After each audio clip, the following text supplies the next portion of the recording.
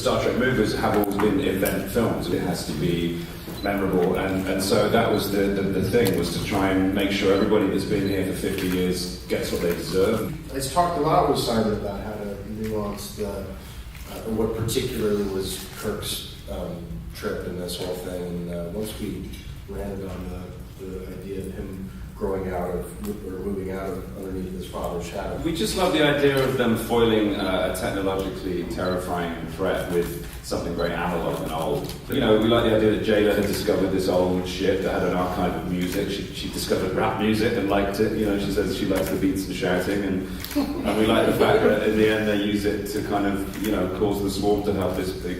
And I like the fact that they all have the idea together about what it could do. And you know, Sabotage was a song we used in '09, and it's part of Kirk's childhood. It all links, all these things links back to his past. It's all kind of him letting go of these things, you know, and moving on as a man as well, so it's important for Kirk's character, but it's just a kick-ass song. Is that music? It's a good choice. Hey, well played. We got no ship.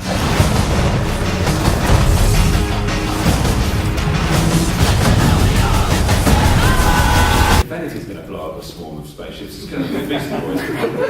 I think, you know, if Leonard was well enough to be a part of this film, I'm sure he would have been, and I know that there were early conversations with him about that possibility, which, you know, true to his incredible self, he knew himself well enough to know that that would be possible at a certain point, and then I think it became important to all of us to figure a way to honor his legacy, and I thought Simon and Doug did a beautiful job of incorporating it into the narrative of the film, and it was definitely a different kind of feeling to make this movie without him, for me in particular.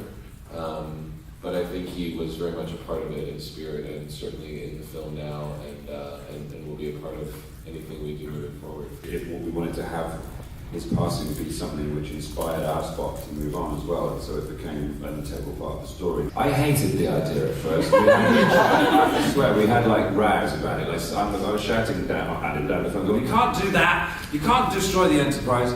My problem was that if you think it's something new, then we've seen it before. It happened in Search for Spock, it happened in Generations. But Justin was like very, very determined, and as we spoke about it, I realized what he was doing brilliantly was he was not only sort of taking out a main character, but he was removing the physical connective tissue between the crew to see what happens when you take away the thing that physically bonds them together. And that was the genius of that thing. You take it away very violently and dramatically, and then you wait and see if they all come back together to be this family, which is essentially what they are. She's tired. I think she's homesick.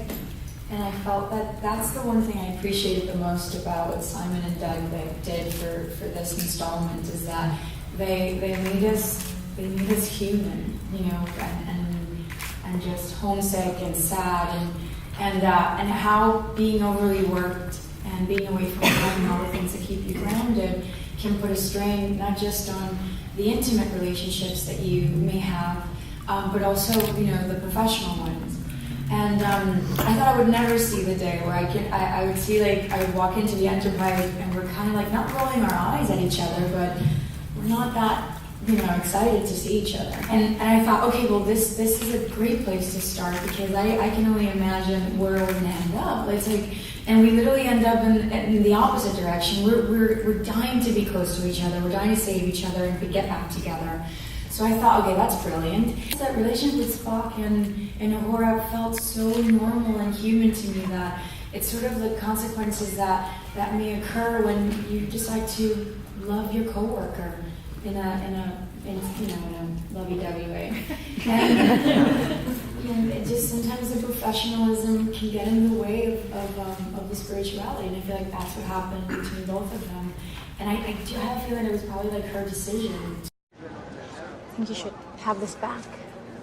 After all, it belonged to your mother. It is not in the Vulcan custom to receive again that which was given as a gift.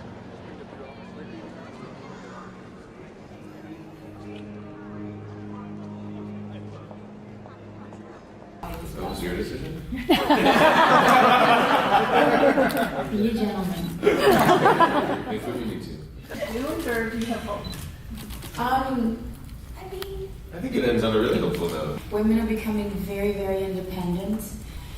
You should want to be a part of something. You don't necessarily have to be a part of something in order for you to be validated or respected or appreciated or considered strong enough. So I feel that this breakup that Uhura and Spock have is amazing because she fell in love with her teacher. So he came as this figure that represented responsibility and safety and, you know, and maturity and wisdom. And now I think that she feels strong enough to, I mean, if I choose to see it that way, there is a parallel universe situation here that's going on with Uhura and women these days, is that there's no longer this animosity or this resentment to sort of prove who you are. I like this autonomy that's happening with women right now. Where you get that? It's my Starfleet insignia. What does it mean? Means that I'm an officer of Starfleet, it's, engineering division. Engineering. Aye, that's right. I fix things. I know what is engineering. You're no with those bastards that killed my ship, are you?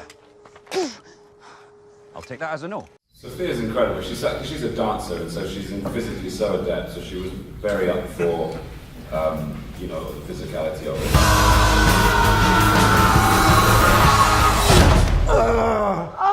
Okay, let's never do that again. JAYLAH is basically named after Jennifer Lawrence and Winter's Bone. But yeah, but there aren't enough girls in Star Trek. You know, Zoe has a lot on her shoulders, as you know. And so we wanted to increase that. And also with Commodore Paris, you know, as a figure of extreme authority. Yeah, Sophia, we all love Sophia, don't we? She's a nutcase and a golden addition to this group. Our version is able to give more to the women and people of color in the cast than Roddenberry was originally able to, I think. And not because he didn't want to, either. Not because he didn't want to, correct, yeah. The idea came up, I believe Simon pitched it, and then I was told of it through Justin pretty early on, and when he had set up at Paramount, and we went in to have a chat and get reacquainted. I thought it was a beautiful idea. I had concerns about how it would be received by George. I had some other concerns, but it was really the handling of it that was most important to me, and having seen the film, I think its nonchalant posture toward it is the best thing about it, and the fact that it's normalized, and it's kind of news now, but if you rewatch the movie in 10 years, you won't think anything of it. It'll just go right by you. That's the best thing about it. There's no music cue, there's no close-up, it's just dun dun dun! He's dead! Running around screaming in Yorktown. He's dead,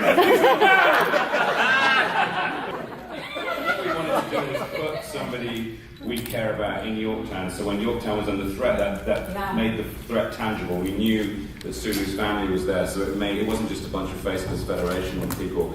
There was somebody there that we cared about too, because we care about Sulu. And by the way, the whole thing with George is, you know, people like to make things into a spat. George and I email all the time, and have big, long, lovely discussions about it, and we were on great terms. It was never a kind of we were never shouting at each other or anything like that. It was just, and it's a great discussion to have. So I'm really happy with the way that it's been talked about. Check out, what is it? Based on the Narada discourse from Vulcan, I have projected that Nero will travel past Saturn. Like you said, we need to stay invisible to Nero or he'll destroy us. If Mr. Scott can get us to warp factor 4N. He was just a good guy. He was a good guy. He was very sweet. He was very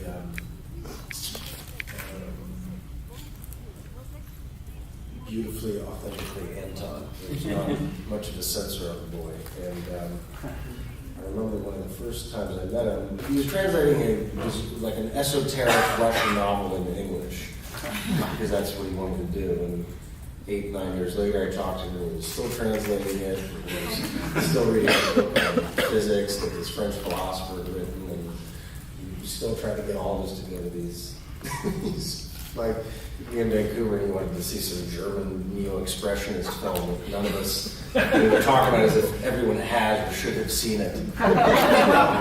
Well, my husband was the only one that called him. He was like, hey, are we going to go see this movie? Oh, I fell asleep. I ended up going that night. Did you? I think. He was a great guy. He was just totally fearless, and I think what you try to grasp on something that's a positive about losing such a good guy. And I think it's just be fearless creatively. He was always working on stuff. He had music projects and photography projects. He was going to direct his first film this summer. He was just spectacularly interested in life in a really great way. So. It's troubling to me on such deep levels that we've gotten to this point of unwillingness to see varied points of view or feelings or opinions or perspectives. And I think that Star Trek remains in a landscape of popular culture entertainment, something that is a beacon of inclusivity and progressive thinking. I think it just takes on different forms now than it did 50 years ago. The social commentary in this iteration of Star Trek is we're better together. That's what it's about. It's about collectivism. And in this era of Brexit and talking about building walls in certain places, now more than ever we should be thinking about the value of collectivism, about cooperation and unity. That can be and is our strength. But the more fractured we become, the less secure we all feel. In the Star Trek setup, you're going into space and seeing so many different kinds of species. It does become comically apparent when you look around the planet Earth that we live on that we do have so much more in common than we don't. So the little things that seem to divide us here in our present time seem even more exaggeratedly small after seeing an episode of Star Trek. Pardon me.